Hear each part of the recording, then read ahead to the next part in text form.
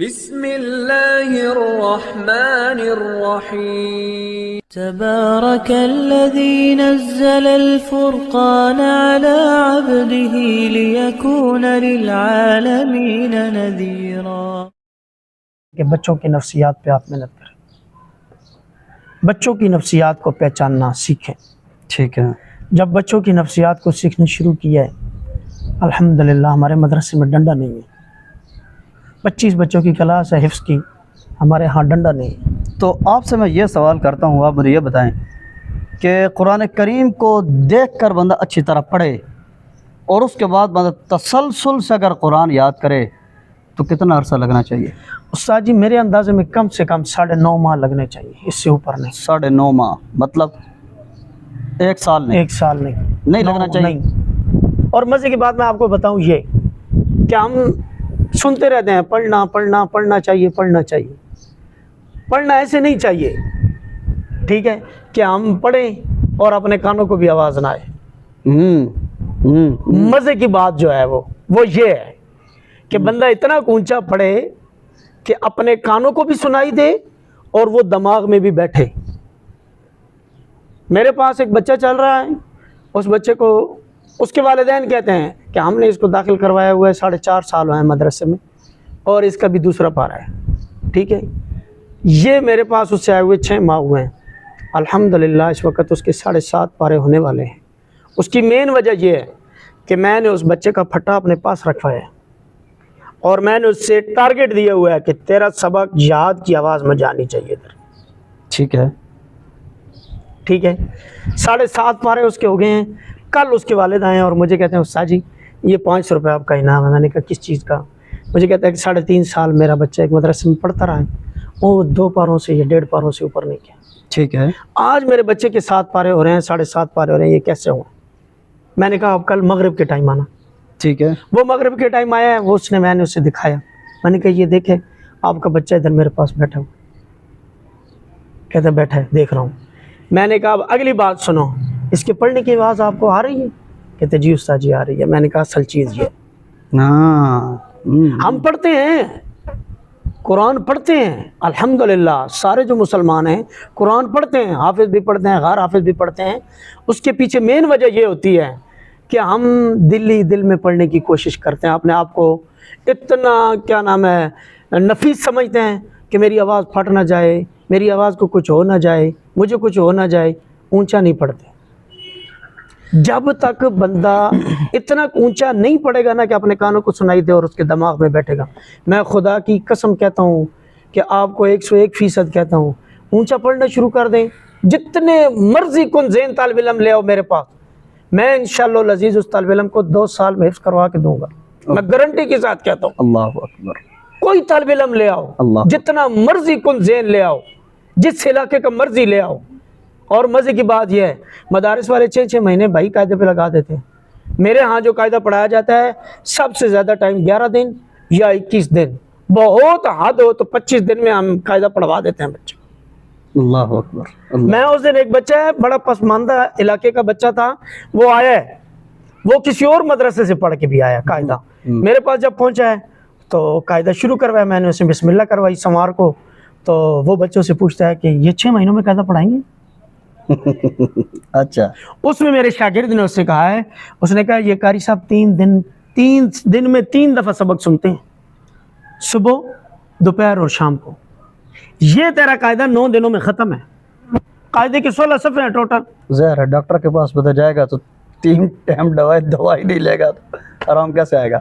तो ये वाला मदरसा जिसमें आप पढ़ा रहे हैं, ये शेख आपका अपना है? नहीं सर, मैं किसी के यहाँ मुलाजिम हूँ। मुलाजिम है आपका अपना? बस ज़िंदगी में कोई अल्लाह देगा तो इंशाल्लाह बना लेंगे हम अपना भी। कभी कोशिश की है अपना मदरसा बनाने की? सर असल मैंने सारी ज़िंदगी ना किसी के मदरसे में ही पढ़ा है। मेरे पास इतने अखराजात और ये सिस्टम नहीं है कि मैं अपना बना सकूँ। तो अगर कोई बंदा आपके साथ इतना ताउन करे तो पता नहीं, आप ही मेरे ख्याल में तो बता रहे थे कि आपकी दीवारें खड़ी हैं, सिर्फ छत रह गया तो हमारा इतना नहीं है। हाँ छत का है, छत का सर काफ़ी सारा खर्चा है और मेरी यहाँ टोटल तनख्वाह 10,000 रुपये। कितना खर्चा है? खर्चा कम से कम 13.5 लाख से ऊपर है खर्चा। ओह 13.5 लाख। कर सब दुआ है, आप कुरान की खिदमत कर रहे हैं, लोगों को, बच्चों को आप दिल से पढ़ा रहे हैं, तो यकीनन अल्लाह ताला आपकी गैब से मदद करेंगे इंशाअल्लाह। भरपूर हम भी कोशिश करेंगे। तो आज तो पहली मरतबा इस इलाके में आया हूँ। बहुत पासमानदा और बहुत गरीब सा मदरसा है। बहुत छोटे छोटे बच्चे यहाँ, बहुत गरीब लोग पढ़ते हैं। बिल्कुल पासमानदा इलाका है। इतनी दिल लगी के साथ मेहनतें पासमानदा इलाकों में ही होती हैं। जहाँ पे दीवारें और मंजिलें हों वहाँ इल्म कम होता है, जहाँ इल्म हो वहाँ मनाजिल नहीं होती। तो इन कारी साहब ने जितनी कुर्बानियों के साथ पढ़ा, बड़ा अफसोस हो रहा है बताते हुए। इतनी मारे धाड़े खा के पढ़ा। आज ये ख़ुद शुगर के ये मरीज़ हैं, बहुत ज़्यादा तेज़ शुगर है इनको। उसके साथ ये लोगों की औलादों पे महीने के 10,000 के ऊपर इतनी मेहनत करते हैं, जिस मेहनत का अंदाज़ा मैंने और आपने इनकी गुफ्तगू से लगा लिया। ठीक है, अब आप लोगों ने भी दुआ करनी है, अल्लाह ताला इनके मदरसे का गैब से बंदोबस्त करे। ये अपने मदरसे में बैठ के पढ़ाएँ। जिस वक़्त अपने मदरसे में बैठ के पढ़ाएँगे तो कम से कम ये टेंशन नहीं होगी कि मैं लोगों की औलादों पे मेहनत कर रहा हूँ, कल किसी वक़्त भी मुझे किक लग सकती है। अब तक कितने मदरसों में आप पढ़ा चुके हैं, और जिस वक़्त कोई कभी ऐसा भी हुआ है कि आपने बहुत ज़्यादा मेहनत की और जिस वक़्त जंगल में मंगल बन गया तो अगलों ने कहा जी आप जा सकते हैं? ये सर मेरे साथ 3 दफ़ा हो चुका है। ओह, दुख होता है, बहुत दुख होता है। और इतना दुख होता है कि मैं आपको बता नहीं सकता। मैं एक मदरसे में पढ़ाता रहा हूँ, कोई मसला नहीं है, किसी किस्म का मसला नहीं है। 10,000 रुपये मेरी तनख्वाह थी। ये 2010-11 की बात है। ठीक है। और मैं हिफ्ज़ की क्लास में बैठा हुआ था। मुझे मौलवी साहब ने बुलाया और मुझे कहते हैं कि आपकी 10,000 रुपये तनख्वाह तय हुई है, आप 10,000 रुपये में हमारे यहाँ पढ़ाएंगे। मैं घर गया हूँ, घर वालों ने कहा कि 10,000 में खाना पीना नहीं हो सकता। मदरसे वाले को बोला मैं खाना पीना दें। खाने पीने की जब बात हुई तो उन्होंने कहा हम 2,000 रुपये आपका काटेंगे, आपको 8,000 रुपये तनख्वाह मिलेगी। ठीक है। मैंने कहा जी मुझे कबूल है। ठीक है। हज़रत जब मैं गया था तो टोटल 13 तालिब इल्म थे उस मदरसे में, और जिस दिन मैंने इस्तीफ़ा दिया था उस दिन 60 लड़का मैंने छोड़ा। इन्ना लिल्लाहि। 13 तालिब इल्मों पे आगाज़ किया और 60 तालिब इल्मों पे अगलों ने सॉरी का मैसेज करके रुखसत कर लिया। और मुझे खिड़की से शीशा खटकाया, मुझे बुलाया, कहते अंदर आए। और मैं अंदर जाता गया हूँ तो मुझे कहा कर साहब हमारी तरफ से आपको इजाज़त है, आप जा सकते हैं और जहाँ मर्जी चले जाएं आप।